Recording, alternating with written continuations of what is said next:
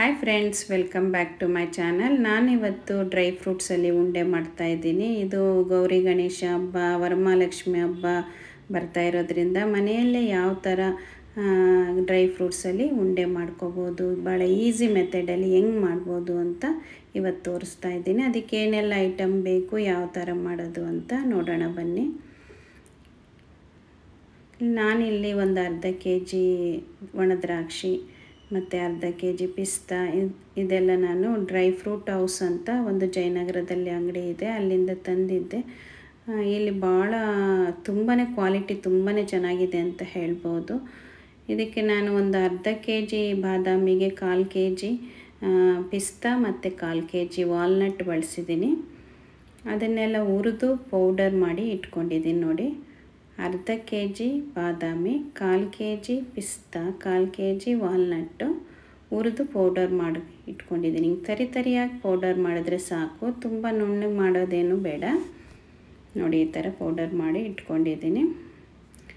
ಇದು ಕ್ವಾಲಿಟಿ ತುಂಬ ಚೆನ್ನಾಗಿರುತ್ತೆ, ನೋಡಿ ತೊಗೊಳ್ಳಿ. ನೀವು ಎಲ್ಲಿ ಸಿಗುತ್ತೆ, ಯಾವುದು ಡ್ರೈ ಫ್ರೂಟ್ ಅಂಗಡಿ ಚೆನ್ನಾಗಿದೆ ಅಂತ ನೋಡಿ ತೊಗೊಳ್ಳಿ. ಇದ್ರ ಜೊತೆಗೆ ನಾನು ಒಣಕೊಬ್ಬರಿಯನ್ನು ಒಂದು 1/4 ಕಪ್ಪಷ್ಟು ಬಳಸ್ತಾ ಇದ್ದೀನಿ. ಸಣ್ಣ ತುರಿಯಲ್ಲಿ ತುರ್ಕೊಂಡಿದ್ದೀನಿ ಒಣಕೊಬ್ಬರಿ. ಇದನ್ನು ಇದ್ರ ಮೇಲೆ ಈ ಥರ ಹಾಕ್ತಾಯಿದ್ದೀನಿ ನೋಡಿ. ಒಣಕೊಬ್ಬರಿ ಜಾಸ್ತಿ ಹಾಕೋಕ್ಕೆ ಹೋಗಬೇಡಿ, ಯಾಕೆಂದರೆ ಹೊರಗಡೆನೇ ಉಂಡೆ ಇಡೋದ್ರಿಂದ ಅದು ವಾಸನೆ ಬಂದುಬಿಡುತ್ತೆ ಒಣಕೊಬ್ಬರಿ. ಅದಕ್ಕೆ ಕಮ್ಮಿ ಬಳಸಿ. ಮತ್ತು ಅಂಟು ಬಂದು ಒಂದು 1/4 ಕಪ್ಪಷ್ಟು ತೊಗೊಂಡಿದ್ದೀನಿ ಅಂಟು. 1/4 ಕಪ್ಪಷ್ಟು ಡೇಟ್ಸ್ ತೊಗೊಂಡಿದ್ದೀನಿ, ಕಟ್ ಮಾಡ್ಕೊಂಡು ಇಟ್ಕೊಂಡಿದ್ದೀನಿ. ಒಂದು 1/4 ಕಪ್ಪಷ್ಟು ಒಣ ದ್ರಾಕ್ಷಿ ತೊಗೊಂಡಿದ್ದೀನಿ. ಇಷ್ಟು ನಾವು ಈಗ ತುಪ್ಪದಲ್ಲಿ ಹುರ್ಕೊಂಡ್ಬಿಡೋಣ. 3 ಐಟಮನ್ನು. ಒಂದು ಸ್ಟೀಲ್ ಪ್ಯಾನ್ ತೊಗೊಂಡಿದ್ದೀನಿ, ಸ್ಟವ್ ಆನ್ ಮಾಡಿಕೊಂಡೆ. ತುಪ್ಪ ಬಂದು 1.5 ಸ್ಪೂನಷ್ಟು ಹಾಕ್ಕೊತಾ ಇದ್ದೀನಿ.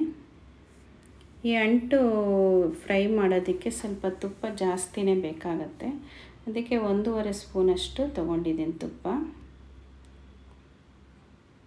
ಇದು ಸ್ವಲ್ಪ ಕರಗೋದು ನೋಡಿಕೊಂಡು ನಾವು ಮೊದಲಿಗೆ ಒಣದ್ರಾಕ್ಷಿ ಹಾಕ್ಕೊತಾ ಇದ್ದೀನಿ.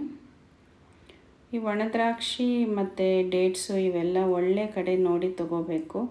ಈ ಹೊರಗಡೆ ಏನು ಮಾಡ್ತಾರೆ, ಒಣದ್ರಾಕ್ಷಿ ಸ್ವಲ್ಪ ಹುಳಿ ಇರುತ್ತೆ ಅಂತ ಹೇಳಿ ಈ ಸಕ್ಕರೆ ನೀರಲ್ಲಿ ನೆನೆಸ್ಬಿಟ್ಟು ಒಣಗಿಸ್ಬಿಟ್ಟು ಮಾರ್ತಾರೆ.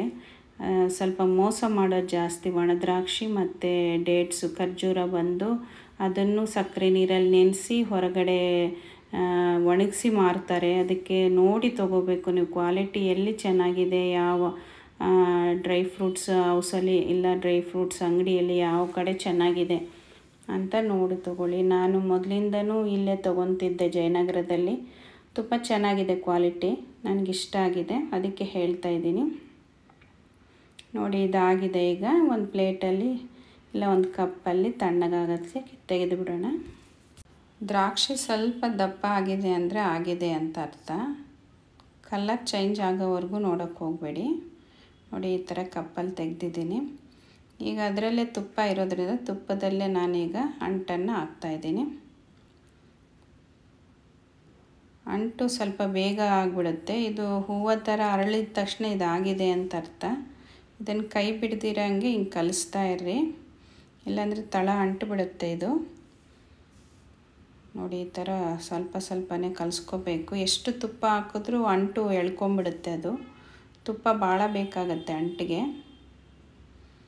ನೋಡಿ, ಈ ಥರ ಕಲಿಸ್ಕೊಂಬಿಡಿ. ಇದಾಗಿದೆ. ಈಗ ಒಂದು ಪ್ಲೇಟಿಗೆ ತೆಗಿತಾ ಇದ್ದೀನಿ. ಇದನ್ನು ತಣ್ಣಗಾಗೋದಕ್ಕೆ ಒಂದು 5 ನಿಮಿಷ ಬಿಡೋಣ. ಈಗ ಅದೇ ಪ್ಯಾನಲ್ಲಿ ಖರ್ಜೂರ ಇತ್ತಲ್ಲ ಅದನ್ನು ಹಾಕ್ಕೊತಾ ಇದ್ದೀನಿ. ಒಂದು 5 ನಿಮಿಷ ಫ್ರೈ ಮಾಡೋಣ ಖರ್ಜೂರನ. ಟೇಸ್ಟು ಡಿಫ್ರೆಂಟಾಗಿರುತ್ತೆ. ಫ್ರೈ ಮಾಡಿ ಖರ್ಜೂರನ ಹಾಕಿದ್ರೆ ಈ ಡ್ರೈ ಫ್ರೂಟ್ ಲಡ್ಡುಗೆ ತುಂಬಾ ಟೇಸ್ಟು ಡಿಫ್ರೆಂಟಾಗಿರುತ್ತೆ. ನೀವು ಒಂದು ಸಾರಿ ಟ್ರೈ ಮಾಡಿ ನೋಡಿ. ಇದನ್ನು ನಾನು ಮಿಕ್ಸಿಗೆ ಹಾಕೋದ್ರಿಂದ ಸ್ವಲ್ಪ ದಪ್ಪ ದಪ್ಪ ಪೀಸಲ್ಲೇ ಕಟ್ ಮಾಡಿದ್ದೀನಿ. ನೀವು ಮಿಕ್ಸಿಗೆ ಹಾಕಲ್ಲ ಅಂದರೆ ಸಣ್ಣ ಸಣ್ಣ ಪೀಸಲ್ಲೇ ಕಟ್ ಮಾಡಿ ಬಳಸ್ಕೋಬೋದು. ಇದಾಗಿದೆ. ಈಗ ಇದನ್ನು ತಣ್ಣಗಾಗೋದಕ್ಕೆ ಒಂದು ಕಪ್ಪಲ್ಲಿ ತೆಗಿತಾ ಇದ್ದೀನಿ. ಈಗ ಮಿಕ್ಸಿ ಜಾರ್ಗೆ ನಾವು ತಣ್ಣಗಾಗಿರೋಂಥ ಅಂಟನ್ನು ಹಾಕ್ಕೊಂಡು ತರಿಯಾಗಿ ಮಿಕ್ಸಿ ಮಾಡ್ಕೊಳ್ಳೋಣ. ನುಣ್ಣಗೆ ಮಾಡೋಕ್ಕೆ ಹೋಗಬೇಡಿ, ತರಿಯಾಗಿ ಮಾಡ್ಕೊಳ್ಳಿ, ತುಂಬ ಟೇಸ್ಟ್ ತುಂಬಾ ಚೆನ್ನಾಗಿರುತ್ತೆ. ಮಿಕ್ಸಿ ಮಾಡಿದ್ದಾಯಿತು ನೋಡಿ, ಹಿಂಗೆ ತರಿಯಾಗಿದ್ದರೆ ಸಾಕು. ಈಗ ಇದನ್ನು ಒಂದು ಕಪ್ಗೆ ತೆಗೆದುಕೊಂಡ್ಬಿಡೋಣ. ಇದು ನಾವು ಉಂಡೆ ಮಾಡಬೇಕಾದ್ರೆ ಕಲಿಸ್ತಾ ಇರಬೇಕಾದ್ರೆ ಆವಾಗ ಇದನ್ನು ಹಾಕ್ಕೊಂಡು ಮಿಕ್ಸ್ ಮಾಡ್ಕೊಳ್ಳೋಣ. ಈಗ ಅದೇ ಮಿಕ್ಸಿ ಜಾರ್ಗೆ ಒಂದು 4ರಿಂದ 5 ಸ್ಪೂನಷ್ಟು ಮಿಕ್ಸಿ ಮಾಡಿರೋಂಥ ಡ್ರೈ ಫ್ರೂಟಿಂದು ಪೌಡರ್ ಇದೆಯಲ್ಲ, ಅದನ್ನು 4ರಿಂದ 5 ಸ್ಪೂನ್ ಹಾಕ್ಕೊತಾ ಇದ್ದೀನಿ. ಮತ್ತು ಖರ್ಜೂರ ತಣ್ಣಗಾಗಿದೆಯಲ್ಲ, ಅದನ್ನು ಇದು ಮಿಕ್ಸಿ ಜಾರ್ಗೆ ಹಾಕ್ಕೊತಾ ಇದ್ದೀನಿ. ಇದನ್ನು ತರಿಯಾಗಿ ರುಬ್ಕೊಂಬರೋಣ. ನೋಡಿ, ಈ ಥರ ಖರ್ಜೂರನ ಈ ಡ್ರೈ ಫ್ರೂಟ್ಸು ಪೌಡರ್ ಇದೆಯಲ್ಲ ಅದರಲ್ಲಿ ಮಿಕ್ಸ್ ಮಾಡಿದ್ರೆ ಹಿಂಗೆ ತರಿಯಾಗಿ ಆಗುತ್ತೆ. ಹಂಗೆ ನಾವು ಕಲಿಸೋದಕ್ಕೆ ಹೋದರೆ ಉಂಡೆಯಲ್ಲಿ ಅದು ಆಗೋದಿಲ್ಲ, ಮಿಕ್ಸ್ ಆಗೋದಿಲ್ಲ. ಈ ಥರ ಪೌಡರ್ ಮಾಡ್ಕೊಳ್ಳಿ ಮಿಕ್ಸಿ ಜಾರಲ್ಲಿ. ಇದೊಂದು ಒಳ್ಳೆ ಟಿಪ್ಸ್ ಅಂತ ಹೇಳ್ಬೋದು. ಖರ್ಜೂರನ ಪೌಡರ್ ಮಾಡೋದು ಭಾಳ ಕಷ್ಟ. ಈ ಥರ ಯೂಸ್ ಮಾಡಿ ಭಾಳ ಈಸಿಯಾಗಿ ಮಾಡ್ಬೋದು. ಈಗ ಇದಕ್ಕೆ ನಾನು ಫ್ರೈ ಮಾಡಿರುವಂಥ ಒಣ ದ್ರಾಕ್ಷಿಯನ್ನು ಹಾಕ್ತಾಯಿದ್ದೀನಿ. ಆಮೇಲೆ ಫ್ರೈ ಮಾಡಿ ಮಿಕ್ಸಿ ಮಾಡ್ಕೊಂಡಿದ್ವಲ್ಲ ಅಂಟು, ಅದನ್ನು ಹಾಕ್ಕೊತಾ ಇದ್ದೀನಿ. ಈಗ ಇದನ್ನೆಲ್ಲ ಕ್ಲೀನಾಗಿ ಕಲಿಸ್ಕೊಂಬಿಡೋಣ ಒಂದು ಸಾರಿ. ಈ ಬೇರೆ ಇನ್ಯಾವ ಡ್ರೈ ಫ್ರೂಟ್ಸ್ ಬೇಕಂದರೂ ನೀವು ಮಿಕ್ಸ್ ಮಾಡ್ಕೋಬೋದು. ಅಂಜೂರನೂ ಹಾಕ್ಕೋಬೋದು, ಅಂಜೂರ ತುಂಬಾ ಒಳ್ಳೆ ಟೇಸ್ಟ್ ಕೊಡುತ್ತೆ.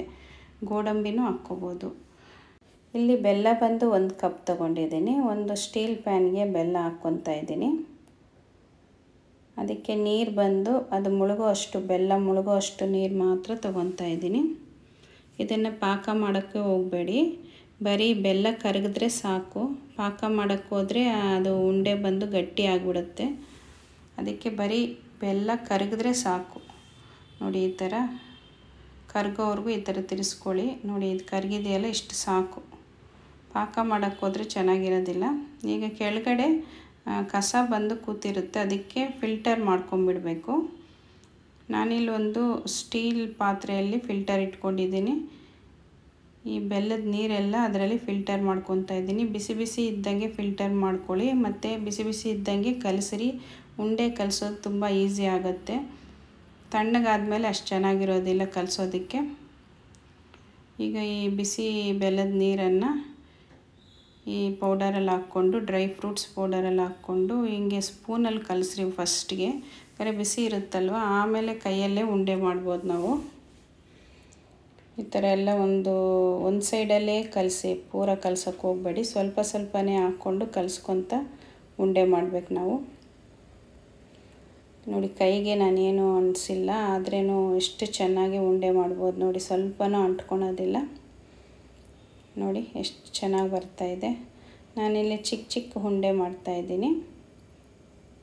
ನೋಡಿ, ಮಕ್ಕಳು ಭಾಳ ಇಷ್ಟಪಟ್ಟು ತಿಂತಾರೆ ಅಂತ ಚಿಕ್ಕ ಚಿಕ್ಕ ಉಂಡೆ ಮಾಡ್ತಾಯಿದ್ದೀನಿ. ನೋಡಿ, ನೋಡೋಕ್ಕೂ ಎಷ್ಟು ಚೆನ್ನಾಗಿದೆ.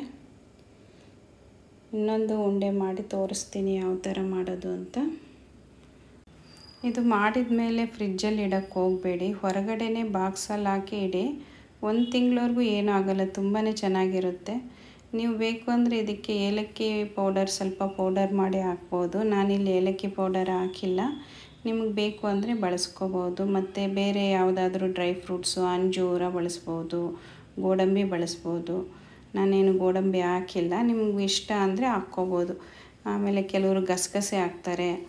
ಇನ್ನು ಯಾವ್ಯಾವುದು ಇಷ್ಟ ಅನಿಸುತ್ತೋ ಅವೆಲ್ಲ ಹಾಕ್ಕೋಬೋದು. ಪಂಪ್ಕಿನ್ ಸೀಡ್ಸ್ ಹಾಕ್ಕೋಬೋದು. ತುಂಬಾ ರುಚಿ ಕೊಡುತ್ತೆ ಅವೆಲ್ಲ. ಈ ಉಂಡೆ ಮಾಡಿ ಮಕ್ಕಳು ಯಾವ್ಯಾವುದು ತಿನ್ನೋದಿಲ್ಲ ಅಂತ ಅನಿಸುತ್ತೋ ಅಂಥವೆಲ್ಲ ಇದಕ್ಕೆ ಹಾಕಿ ಪೌಡರ್ ಮಾಡಿ ನಾವು ಉಂಡೆ ಮಾಡಿಕೊಟ್ರೆ ಭಾಳ ಇಷ್ಟಪಟ್ಟು ತಿಂತಾರೆ ಮಕ್ಕಳು. ಈ ಥರ ಎಲ್ಲ ಉಂಡೆನೂ ಮಾಡ್ಕೊಂಡು ಬರೋಣ. ನೋಡಿ, ಹಿಂಗೆ ಸೇಮ್ ಇಷ್ಟೇ ಈಸಿ ನೋಡಿರಿ, ಏನೂ ಕಷ್ಟ ಇಲ್ಲ, ಈಸಿಯಾಗಿ ಮಾಡ್ಕೋಬೋದು. ಎಲ್ಲ ಹಬ್ಬಗಳಿಗೂ ಹಿಂಗೆ ಮಾಡಿ ಪೂಜೆಗೆ ನೈವೇದ್ಯಕ್ಕೆ ಇಡ್ಬೋದು. ನೋಡಿ, ಎಲ್ಲ ಉಂಡೆಗಳು ಈ ಥರ ಮಾಡ್ಕೊಂಡು ಬರೋಣ. ನೋಡಿ, ಡ್ರೈ ಫ್ರೂಟ್ಸ್ ಉಂಡೆ ರೆಡಿಯಾಗಿದೆ. ನಾನಿವತ್ತು ಮಾಡಿರೋಂಥ ಡ್ರೈ ಫ್ರೂಟ್ಸ್ ಉಂಡೆ ನಿಮಗೆಲ್ಲ ಇಷ್ಟ ಆಗಿದೆ ಅಂತ ಅಂದ್ಕೊಂಡಿದ್ದೀನಿ. ಇಷ್ಟ ಆಗಿದರೆ ಲೈಕ್ ಆ್ಯಂಡ್ ಸಬ್ಸ್ಕ್ರೈಬ್ ಮತ್ತು ಕಾಮೆಂಟ್ ಬಾಕ್ಸಲ್ಲಿ ರಿಪ್ಲೈ ಹಾಕೋದನ್ನು ಮರಿಬೇಡಿ. ಮತ್ತು ಯಾರೆಲ್ಲ ಹೊಸದಾಗಿ ನನ್ನ ಚಾನಲ್ ನೋಡ್ತಾ ಇದ್ದೀರಿ ಇನ್ನೂ ಸಬ್ಸ್ಕ್ರೈಬ್ ಆಗಿಲ್ಲ ಅಂದರೆ ಸಬ್ಸ್ಕ್ರೈಬ್ ಮಾಡ್ಕೊಳ್ಳಿ. ಇನ್ನೂ ಹೆಚ್ಚು ವೀಡಿಯೋಸನ್ನು ಅಪ್ಲೋಡ್ ಮಾಡ್ಬೋದು. Thank you friends.